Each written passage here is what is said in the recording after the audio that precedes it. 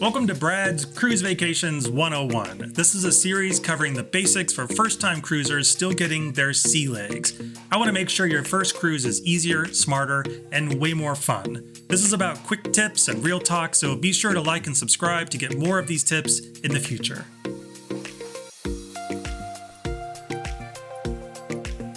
Let's dive in. One of the biggest decisions you're going to make before booking your cruise is picking the right cruise line. And honestly, each cruise line has its own vibe. Picking the wrong cruise line can leave you wondering, maybe cruising just isn't for you.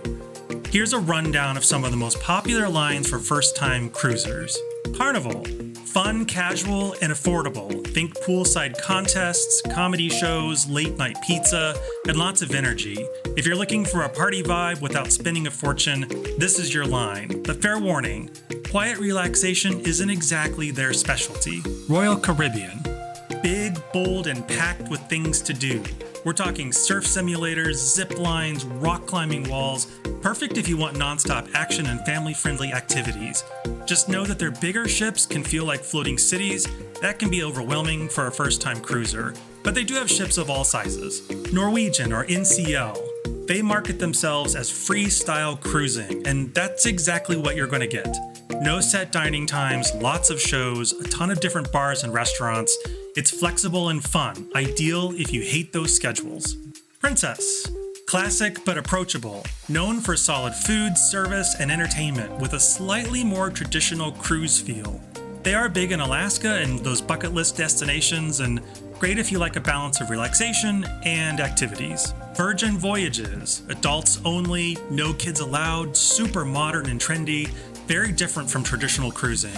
Think rooftop club vibes, cool restaurants, and drag brunches. If you want something fresh, stylish, child-free, Virgin might be your pick. Celebrity. Sleek and modern with a focus on food design and a more upscale feel. It's not stuffy, but it's definitely a step up in style. Great if you want to relax with good wine, good food, and a more polished atmosphere.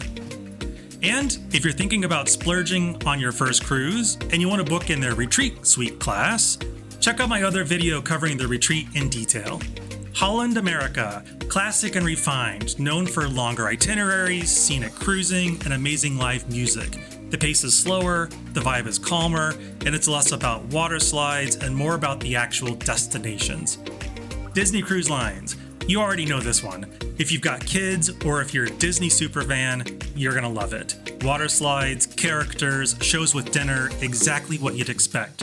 But be ready to pay Disney prices for that magic.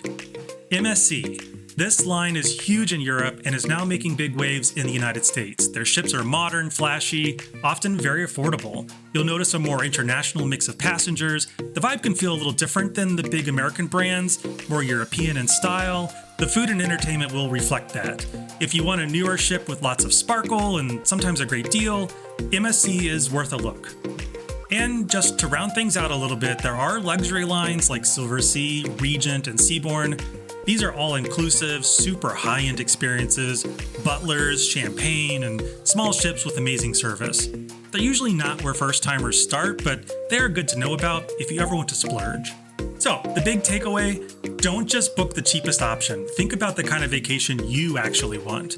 High-energy fun, a floating resort, a foodie escape, a refined getaway, or something international. Pick the cruise line that matches the vibe of your vacation. You'll be more likely to have a great one. So for those first-timers out there, what cruise line are you considering?